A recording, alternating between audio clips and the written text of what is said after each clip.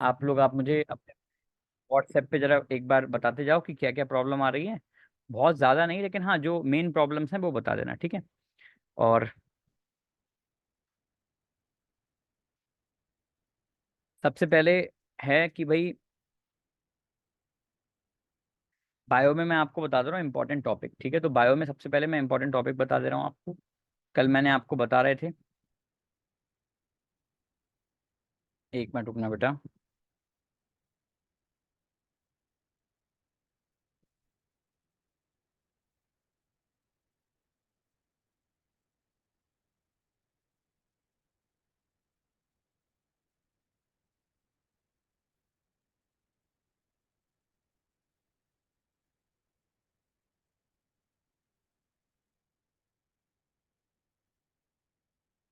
यार,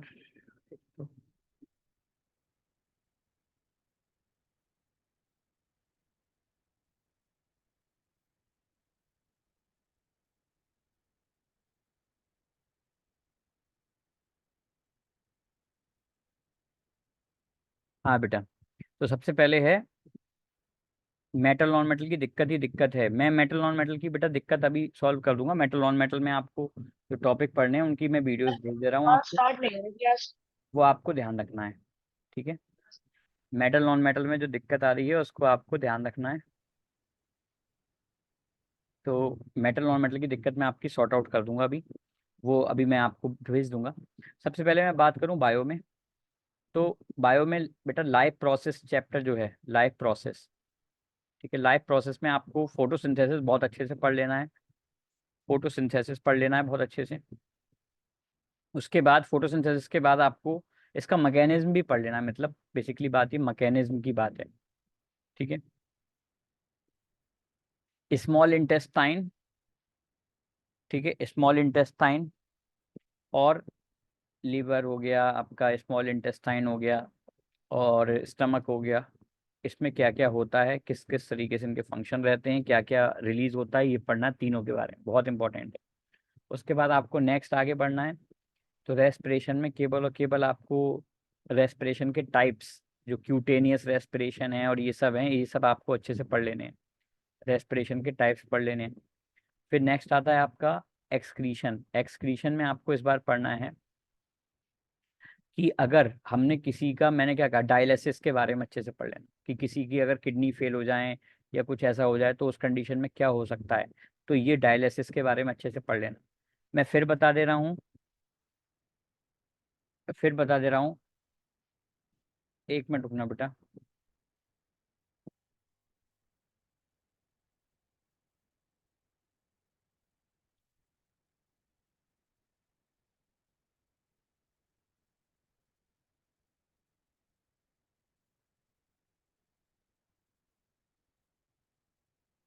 हाँ, तो मैं आपको बता दे रहा हूँ कि अगर आप लोग डायलिसिस पढ़ के जाओगे तो ये यहाँ से आपको जहाँ तक है क्वेश्चन मिल जाएगा, मुझे ये उम्मीद है, ठीक है। मैं बता दिया आपको, डायलिसिस जरूर अच्छे से पढ़ लेना, बहुत अच्छे से। उसके साथ साथ बेटा बात करते हैं अगर हम, तो आपको उसमें क्या कहते हैं, जो हमारा चैप्टर आता है फिर, इसमें एक चीज़ और एक्सक्रीशन हो गया, हाँ डबल सर्कुलेशन रह गया। डबल सर्कुलेशन में भी आपको इस बार आपको केवल और केवल डबल सर्कुलेशन ही पढ़ना है, इसके अलावा कुछ नहीं पढ़ना है उसमें, ठीक है। डबल सर्कुलेशन ही पढ़ना है। थोड़ा सा बीपी के बारे में पढ़ लेना, ब्लड प्रेशर के बारे में, बस। इसके अलावा इसमें से आपको बहुत ज़्यादा नहीं पढ़ना है, ठीक है। ये आपको ध्यान रखना है, डबल सर्कुलेशन और ये आपको पढ़ना है, इसके अलावा बहुत ज़्यादा नहीं पढ़ना है। मैं पहले ही बता चुका हूँ आपके लिए, ठीक है। उसके बाद आते हैं सेकंड चैप्टर पर, हम बायो के सेकंड चैप्टर पर आते हैं। तो सेकंड चैप्टर है आपका बायो का, हमारा कंट्रोल एंड कोऑर्डिनेशन, जिसमें से बहुत ज़्यादा मार्क्स का आएगा। तो कंट्रोल कोऑर्डिनेशन का मैं पहले ही आपको बता चुका हूँ।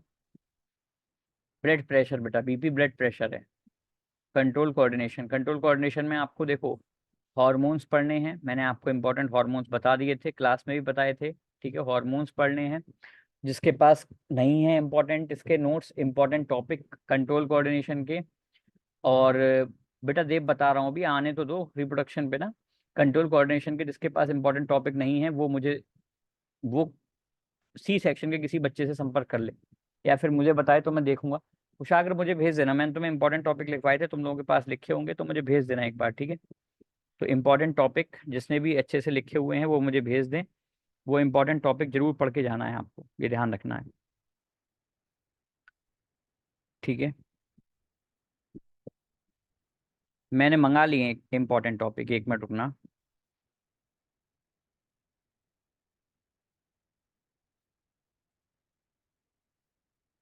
हाँ मैंने इंपॉर्टेंट टॉपिक मंगवा लिए हैं, क्लास वाले जो क्लास में इंपॉर्टेंट टॉपिक मैंने मंगाए थे, ठीक है, वो मैं मंगा दिए हैं, वो भेज दूंगा मैं तुम लोगों को। तो उसमें हार्मोन्स वगैरह हैं, ये सब बहुत अच्छे से पढ़ लेना। जो आपके जितने भी मूवमेंट हैं उनमें से आपका आएगा, आपका मूवमेंट में एमसीक्यूज, ध्यान रखना एमसीक्यूज आएंगे, और केस स्टडी आ सकती है मूवमेंट से, ये बहुत अच्छे से समझ लेना, मूवमेंट से केस स्टडी या फिर एमसीक्यू आ जाएंगे। बेटा डबल सर्कुलेशन तुमने चैप्टर पढ़ा नहीं है, लाइफ प्रोसेस ध्रुव? डबल सर्कुलेशन तुम्हें नहीं पता है, कैसी बातें कर रहे हो तुम? डबल सर्कुलेशन पूरी दुनिया को पता होगा, छोटे छोटे बच्चे को पता होगा 4 साल के, तुम कह रहे हो डबल सर्कुलेशन क्या होता है? डबल सर्कुलेशन का मतलब होता है हमारे हार्ट में जो सर्कुलेशन होता है, जो ब्लड लेके जाता है बेटा, वो डबल सर्कुलेशन होता है, ठीक है। तो फिलहाल मूवमेंट, और मूवमेंट में एमसीक्यू पढ़ लेना, एमसीक्यू जरूर आ सकते हैं वहां से। उसके बाद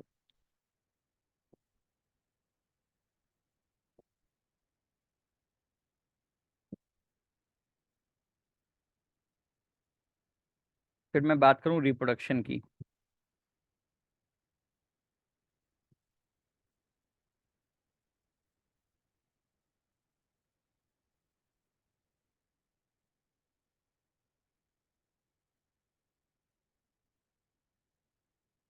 उसके बाद अगर मैं बात करूं बेटा रिप्रोडक्शन की, तो रिप्रोडक्शन में आपको सबसे इंपॉर्टेंट चीज पढ़नी है, मैं आपको बता दे रहा हूँ हाइड्रा के बारे में, बडिंग इन हाइड्रा, ये क्वेश्चन आपको बहुत चांसेस हैं इसके मिलने के, बडिंग, उसके बाद रीजनरेशन, और स्पोर फॉर्मेशन, स्पोर फॉर्मेशन, ये 3 चीजें आपको जरूर पढ़नी है, और फिजन।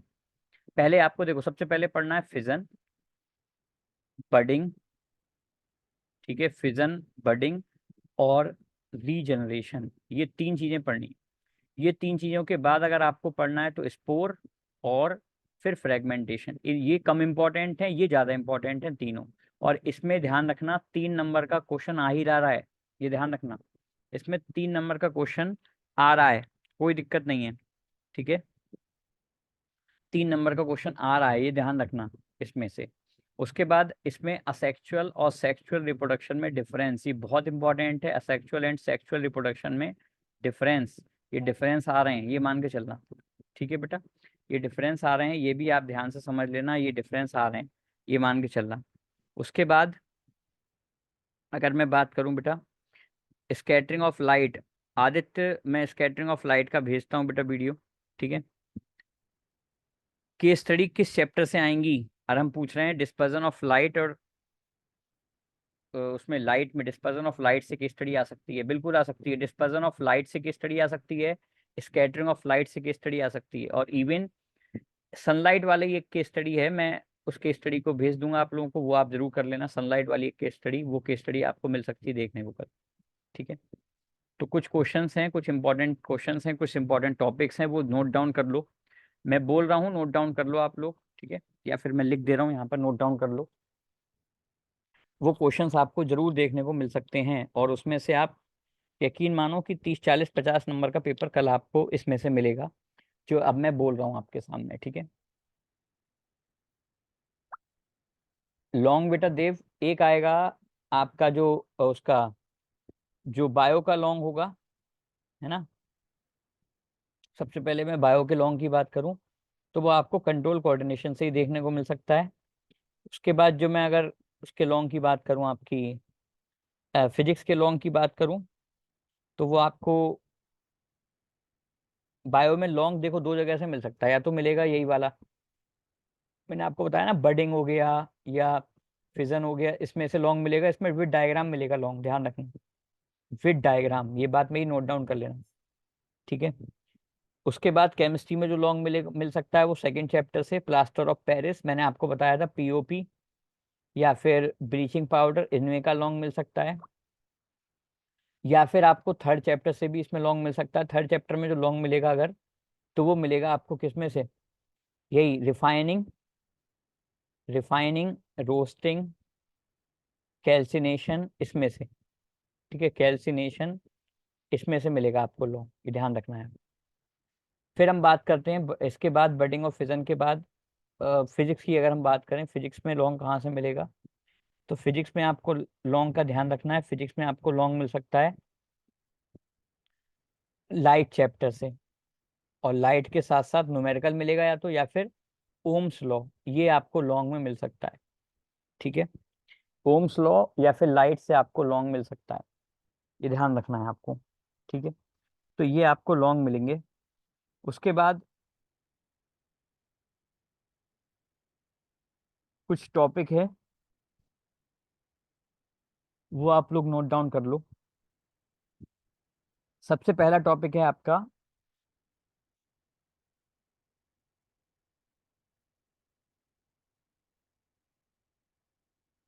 बेटा पीओपी पूरा। पीओपी का मतलब हो गया प्रिपरेशन, यूजेस, सब कुछ। ठीक है, पीओपी का मतलब हो गया सब कुछ, ये नहीं कि पीओपी का केवल उसमें से लॉन्ग मिलेगा। पीओपी कंप्लीट करनी है आपको पूरी। बेटा एक्टिविटी बायो की क्लास में एक दो एक्टिविटी करवाई है, कितनी करवाई है क्लास में एक्टिविटी। इस बार एक्टिविटी में मुझे लगता नहीं है कि कोई क्वेश्चन आना चाहिए। ठीक है ना, क्योंकि एक्टिविटी केमिस्ट्री की इस बार इंपॉर्टेंट है थोड़ी सी, बायो की नहीं। एक्टिविटी इस पर थोड़ा सा ध्यान रखना।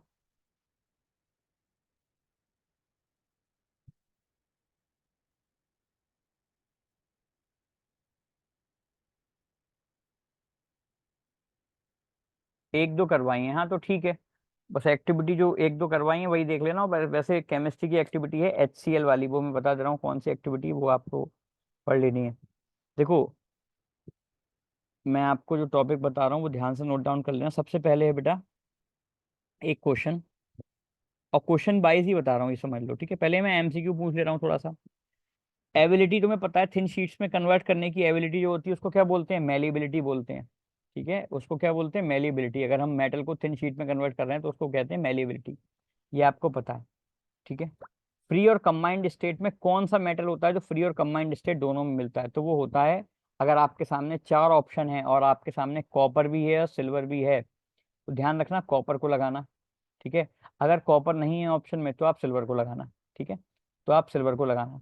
सिल्वर कंबाइंड स्टेट में मिलता है और फ्री स्टेट में मिलता है, बल्कि कॉपर मत लगाना, प्रेफरेंस आप सिल्वर को ही देना। ठीक है, अगर दोनों हो तो आप प्रेफरेंस सिल्वर को देना। ठीक है, उसके बाद मैं बात करूँ आपसे, कौन सा हार्मोन को स्ट्रेस हार्मोन बोला जाता है, तो गिबरेलिन है, गिबरेलिन। ठीक है, गिबरेलिन।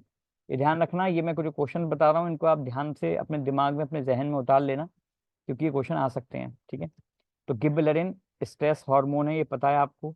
कौन सी ग्लैंड को आप मिक्स ग्लैंड कहते हैं, मिक्स ग्लैंड, मास्टर ग्लैंड और मिक्स ग्लैंड, तो वो आपको पता होना चाहिए। ठीक है, उसके बाद तीसरा नेक्स्ट है बैंड ऑफ कलर्स, जो बैंड होता है कलर्स का, वो क्या कहलाता है, वो कहलाता है स्पेक्ट्रम। क्या कहलाता है, बैंड ऑफ कलर्स, स्पेक्ट्रम। ठीक है, हाँ पिट्यूटरी ग्लैंड को मिक्स ग्लैंड कहते हैं, पिट्यूटरी ग्लैंड को। ठीक है, पिट्यूटरी ग्लैंड को हम मिक्स ग्लैंड कहते हैं, ये आपका स्पेक्ट्रम कहलाता है। ठीक है, उसके बाद अगर मैं बात करूं, मैं आपसे दो असर्शन रीजन पूछ रहा हूँ। एक असर्शन रीजन है the phenomena of scattering of light by colloidal particles give rise to the Tyndall effect. Scattering of light का फिनोमेना, लाइट की स्कैटरिंग हो जाना, लाइट का स्कैटरिंग का फिनोमेना, स्कैटरिंग ऑफ लाइट का फिनोमेना गिव्स राइज, राइज देता है Tyndall effect को। मतलब जो कोलाइडल पार्टिकल्स होते हैं प्रेजेंट एटमॉस्फेयर में, उसकी वजह से टिंडल इफेक्ट होता है, जो स्कैटरिंग ऑफ लाइट होने की वजह से। हाँ बिल्कुल ठीक बात है, लाइट स्कैटर हो जाती है कोलाइडल पार्टिकल की वजह से, जिसकी वजह से टिंडल इफेक्ट देखने को मिलता है। बिल्कुल ठीक बात है, असर्शन ठीक है। रीजन आपसे कह रहे हैं the colour of the scattered light depends on the size of the scattering particles. Colour, उसका कलर डिपेंड करता है क्या उसके साइज पर, तो ये बात गलत है, तो रीजन गलत हो जाएगा, असर्शन ट्रू हो जाएगा और reason is false. Colour is depend, colour is of scattered light depends, इसका कोई मतलब ही नहीं हुआ यहाँ पर, है ना बेटा। उसके बाद बात करते हैं हम नेक्स्ट असर्शन की। Movement of plants towards the sunlight is called phototropism. बिल्कुल सही बात है। प्लांट का मूवमेंट सनलाइट के थ्रू, सनलाइट के टुवर्ड्स, इसको बोलते हैं फोटोट्रोपिज्म। क्या बोलते हैं इसको? फोटोट्रोपिज्म। अगर सनलाइट के तरफ कोई प्लांट मूवमेंट कर रहा है तो। रीजन आपसे कह रहे हैं bending of plant stem occurs due to the deposition of oxygen. जो बेंडिंग होती है प्लांट के स्टेम की, वो इस वजह से हो जाती है क्योंकि वहां पर ऑक्सीजन का डिपोजिशन होता है। ठीक है, ऑक्सीजन डिपोजिट डिपॉजिट होता है। तो ऑक्सीजन डिपॉजिट होता है, बिल्कुल सही बात है। ऑक्सीजन डिपॉजिट होता है अपोजिट साइड में। अगर इधर सनलाइट है तो ऑक्सीजन यहाँ पे डिपॉजिट नहीं होगा, यहाँ पे अपोजिट साइड में डिपॉजिट होता है और इसकी वजह से बेंडिंग हो जाती है। तो यहाँ पर ये बात बिल्कुल ठीक है। ठीक है ना, ये बात बिल्कुल ठीक है। लेकिन आप असर्शन से ये क्वेश्चन पूछो, क्या, क्यों, मतलब मूवमेंट हो रहा है प्लांट्स का सनलाइट के थ्रू, क्यों हो रहा है? फोटोट्रोपिज्म कहलाता है। क्यों कहलाता है फोटोट्रोपिज्म? तो आपको ये बात इसमें रीजन में इसका करेक्ट एक्सप्लेनेशन नहीं मिल रहा है। तो यहाँ पे आप लिखोगे कि असर्शन भी ट्रू है, रीजन भी ट्रू है, बट रीजन इसका करेक्ट एक्सप्लेनेशन नहीं है। ठीक है, ये ध्यान रखना है। फिर आपको नेक्स्ट है आपका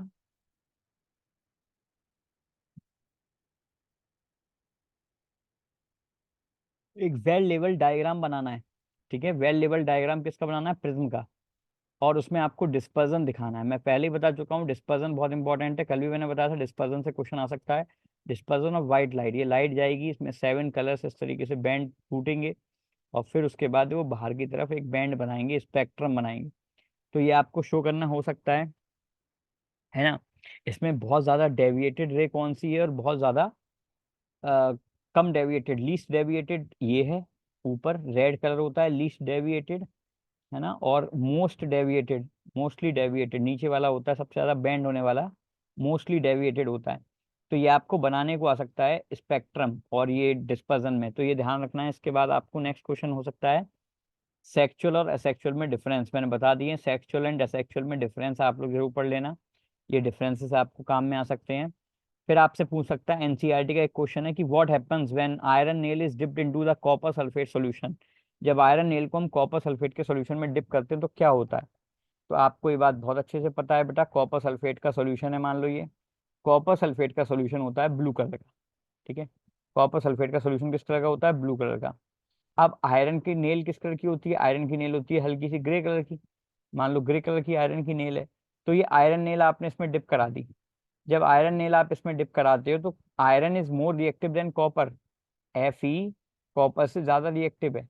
ठीक है, ज्यादा रिएक्टिव है। तो उस कंडीशन में Fe क्या करेगा? आयरन क्या करेगा? कॉपर को डिस्प्लेस कर देगा और खुद आ जाएगा यहाँ पर। और उस कंडीशन में कॉपर तो हमें मिलेगी नीचे बॉटम पे, कॉपर हमें मिल जाएगी बॉटम पे। इस तरीके से कॉपर अलग हो जाएगी, थोड़ी सी सेपरेट हो जाएगी। और हमें जो सोल्यूशन मिलेगा वो पेल ग्रीन कलर का मिलेगा। पेल ग्रीन कलर का मिलेगा किसका? FeSO4 का सोल्यूशन। तो ये ध्यान रखना है, ये FeSO4 होगा। और इससे पहले वाला जो सोल्यूशन था आपका, इससे पहले वाला जो सोल्यूशन था, ये आपका कॉपर सल्फेट CuSO4 का सोल्यूशन था। ठीक है, ये आपको ध्यान रखना है। हाँ बेटा, इट टर्न्स ग्रीन और pale green due to the formation of ferrous sulphate. Ferrous sulphate की फॉर्मेशन की वजह से इसको ऐसा हो जाता है। ठीक है, फिर आते हैं, बात करते हैं हम। अच्छा एक बार बेटा और, असर्शन रीजन के ना एक बार उसको असर्शन रीजन के जो भी आंसर मैंने अभी आपको बताए एक बार आप चेक कर लेना नेट पे। मैं पहले वाला असर्शन बता दे रहा हूँ। The phenomena of scattering of light by the colloidal particles gives rise to the Tyndall effect. ठीक है, रीजन है इसका the colour of scattered light depends upon the particles size. ठीक है, the colour of scattered light depends upon the particle size. दूसरा वाला session reason है movement of plant towards the sunlight is called phototropism. Assertion है, reason है इसका bending of plant stem occurs due to the deposition of oxygen. तो ये check कर लेना एक बार, मुझे बता देना आदित्य, बता देना बेटा तुम लोग भी देख के एक बार। ठीक है,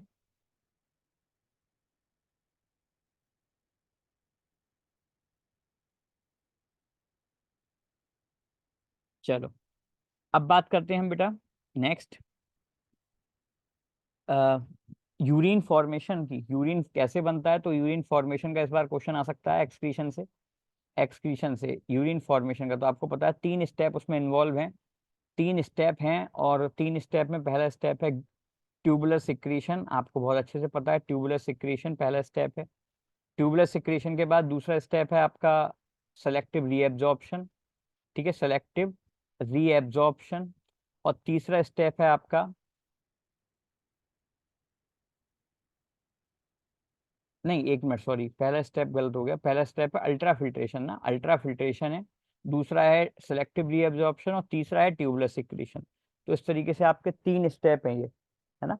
तो इनको आपको अच्छे से पढ़ लेना है ध्यान से, क्योंकि आपको यूरिन फॉर्मेशन पूछ सकते हैं। और नेक्स्ट इसमें आपसे पूछ सकते हैं कि अगर दोनों किडनी स्टॉप हो गई हैं तो क्या करेंगे, तो डायलिसिस, मैंने आपको पहले बताया था, डायलिसिस के बारे में पूछ सकते हैं। तो ये क्वेश्चन भी आपका इंपॉर्टेंट है। फिर आते हैं नेक्स्ट क्वेश्चन पे, हम वो कह रहे हैं आपसे पूछ सकते हैं ब्लीचिंग पाउडर के बारे में। मैंने बता दिया आपको, ब्लीचिंग पाउडर जरूर पढ़ के जाना है, पीओपी जरूर पढ़ के जाना है, ठीक है। उसके बाद रीजनरेशन, बडिंग, ये आपको बहुत अच्छे से पढ़ के जाना है। वेजिटेटिव प्रोपेगेशन के एडवांटेजेस और डिसएडवांटेजेस और पढ़ लेना। वेजिटेटिव प्रोपेगेशन के एडवांटेजेस कम से कम 2, एडवांटेजेस एंड डिसएडवांटेजेस ये जरूर पढ़ लेना, मैं पहले ही बता चुका हूँ, ठीक है। अर्ली सनराइज और डिले सनसेट, ब्लू क्यों होता है स्काई, ठीक है, ये दोनों क्वेश्चन आपके जरूर इंपॉर्टेंट हैं। फिर मैं बात करूं अगर फोटो, अब आते हैं नेक्स्ट क्वेश्चन पे, फोटोसिंथेसिस के रॉ मटेरियल पूछ सकते हैं आपसे फोटोसिंथेसिस के, ठीक है।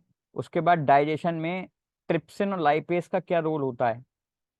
रॉ मटेरियल ऑफ फोटोसिंथेसिस, मैं शॉर्ट फॉर्म में लिख दे रहा हूँ सारे टॉपिक जो आपको पढ़ने हैं, एटलीस्ट ये कल आपको मिलेंगे एग्जाम में, ठीक है। रॉ मटेरियल ऑफ फोटोसिंथेसिस पहला, दूसरा role of trypsin, trypsin and lipase, trypsin and lipase in digestion, है ना, इन डाइजेशन, ठीक है। उसके बाद अमीबा में न्यूट्रिशन का आपको डायग्राम आना चाहिए, पहले भी आया था amoeba, nutrition in amoeba, amoeba nutrition का डायग्राम, ये आपको आना चाहिए, पता होना चाहिए आपको, ठीक है। थर्ड सेकंड नंबर पे है सलाइवा और एचसीएल का रोल क्या है। एचसीएल एंड सलाइवा, इनका रोल क्या है, इनके फंक्शन क्या है डाइजेशन में। उसके बाद नेक्स्ट है आपका स्मॉल इंटेस्टाइन छोटी क्यों होती हैं, ठीक है, सॉरी बड़ी क्यों होती हैं कार्निवोरस में।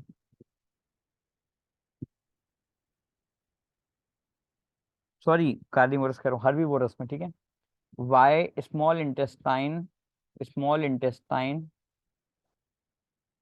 इंटेस्टाइन इन हर्बीवोरस बोरस is longer then,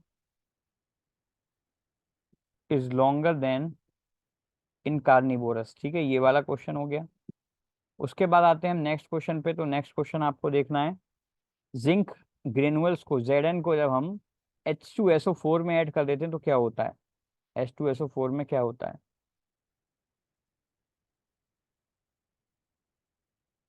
previous screen open कर दे रहा हूँ बेटा, लो देख लो एक बार, ये लो,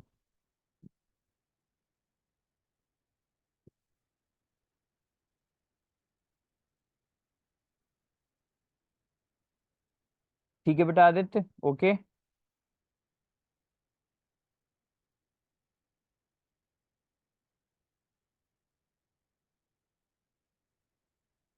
ठीक है।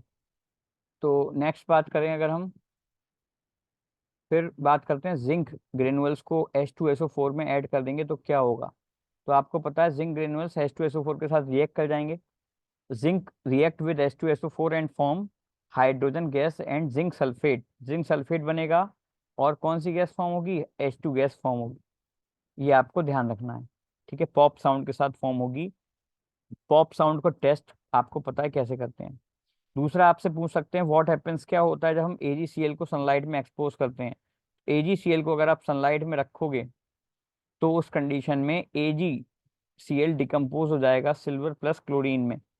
सिल्वर अलग हो जाएगी, क्लोरीन अलग हो जाएगी, बैलेंस करने के लिए यहाँ पे 2 लगा दोगे, सिल्वर अलग और क्लोरीन अलग हो जाएगा। ठीक है, नेक्स्ट है डिस्प्लेसमेंट और डबल डिस्प्लेसमेंट में एक एग्जाम्पल के साथ इनके डिफरेंस।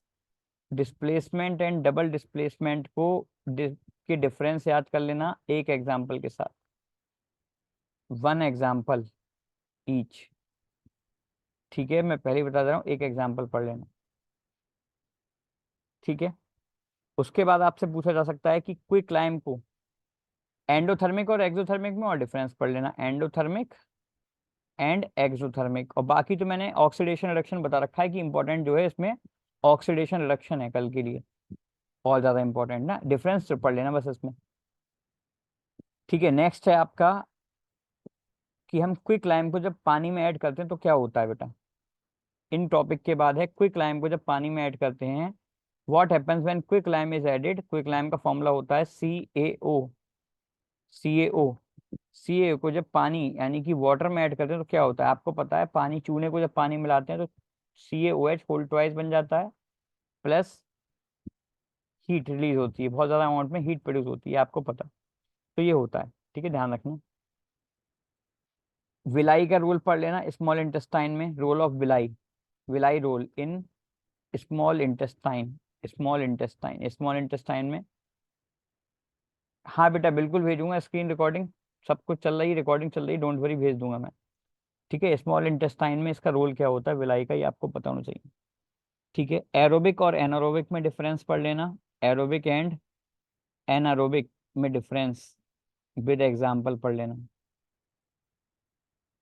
ठीक है, डिफरेंस पढ़ लेना।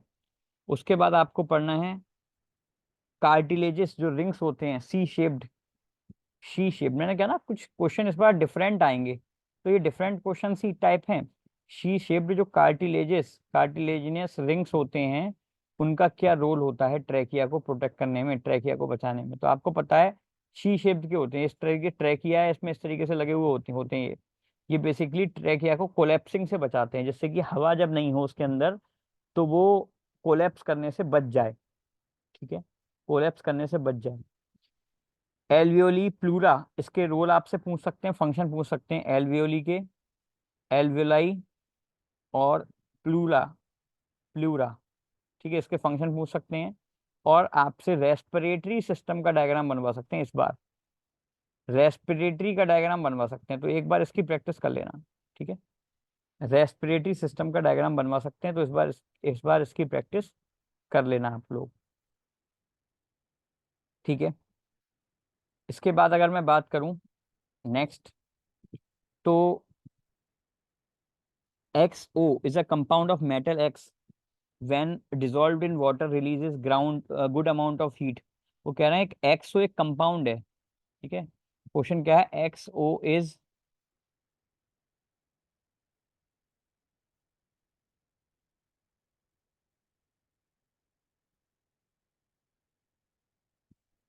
एक मिनट रुकना बेटा।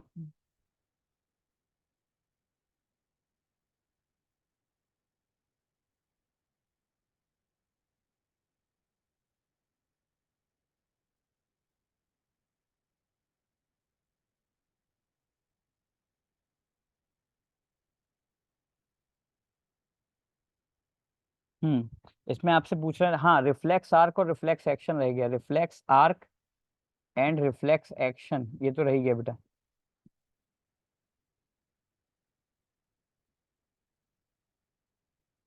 ये वाला क्वेश्चन मैं भेज दूंगा बेटा, ये एक्सो वाला क्वेश्चन मैं भेज दूंगा, विद सॉल्यूशन भेज दूंगा, डोंट वरी। ठीक है, रिफ्लेक्स आर्क और रिफ्लेक्स एक्शन रह गया। फिर आपसे पूछ सकते हैं वेंट्रिकल्स, वाई वेंट्रिकल्स जो होते हैं वो थिकर क्यों होते हैं, उनकी दीवारें थिक क्यों होती हैं।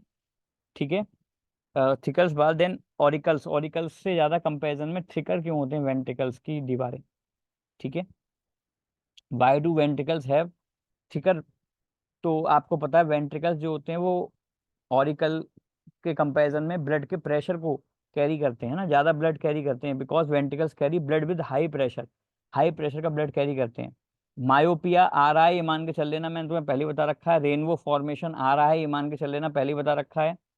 ठीक है, उसके बाद आपसे मैं कहूँ अगर इसके बाद रे डायग्राम, तो रे डायग्राम में कॉन्वेक्स लेंस का रे डायग्राम पढ़ लेना।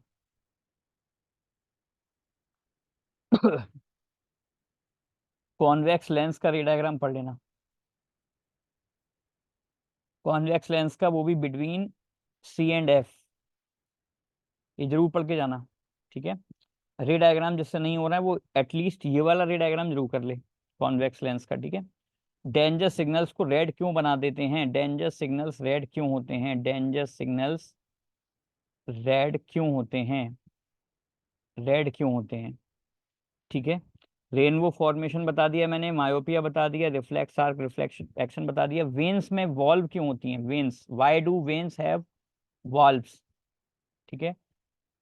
तो इसका आंसर हो जाएगा because veins carry blood from body to heart, back flow, they control back flow of blood, blood के बैक फ्लो को कंट्रोल करते हैं। ठीक है। ये आपको ध्यान रखना बेटा। प्रीवियस पेज आप वीडियो देख लेना एक बार, तभी देख लेना, उसमें आ जाएगा, डोंट वरी। ब्लड और लिम्फ में डिफरेंस पढ़ लेना इस बार। ठीक है। मैं फिर से कह रहा हूँ, कुछ चीजें अलग मिलेंगी आपको देखने को। ठीक है। ब्लड और लिम्फ में डिफरेंस, ब्लड एंड लिम्फ में डिफरेंस। ठीक है। उसके साथ साथ आपको पढ़ना है 5 प्रॉपर्टीज मेटल्स की एंड नॉन मेटल्स की, 5 properties, physical properties, 5 physical properties metals and non metals की। ठीक है। वीडियो बेटा एंड होने वाली, क्योंकि मैंने आपको बताया था टाइमिंग थोड़ा कम रहती है, तो इसलिए ध्यान रखना। अच्छा, जो आपको मेटल नॉन मेटल में पढ़ना है वो इंपॉर्टेंट टॉपिक मैंने आपको बता दिया, रोस्टिंग, कैल्सिनेशन, एनसीईआरटी से केवल और केवल डायग्राम करने हैं। एक चीज और आपको ध्यान रखना है, रियल और वर्चुअल इमेज में डिफरेंस पढ़ लेना। रियल एंड वर्चुअल इमेज में डिफरेंस। ठीक है। रियल एंड वर्चुअल इमेज में डिफरेंस, और लॉस पढ़ने दोनों, रिफ्रैक्शन के भी और रिफ्लेक्शन के भी। ठीक है। रिफ्रैक्शन और रिफ्लेक्शन दोनों के लॉ पढ़ने हैं आपको। ठीक है। दोनों के लॉ पढ़ने हैं। Litmus paper, dry litmus paper HCl में कलर चेंज क्यों नहीं करता? ये क्वेश्चन आ चुका है, आ सकता है दोबारा से। इतना पढ़ने के बाद मैं आपको और भेज दूंगा जो इंपॉर्टेंट रहेगा, लेकिन इतना तो आपको जरूर पढ़ के जाना है, ध्यान रख लेना। ठीक है। जिस चैप्टर में डाउट हो उसकी वीडियो के लिए भेज देना मुझे, मैं बता दूंगा। ये वीडियो बेटा एंड होने वाली है, इस बात का ध्यान रखना। ठीक है। उसके बाद अगर एक चीज और, 5 हो गई फिजिकल प्रॉपर्टी, एक्वारेजिया की डिफाइन।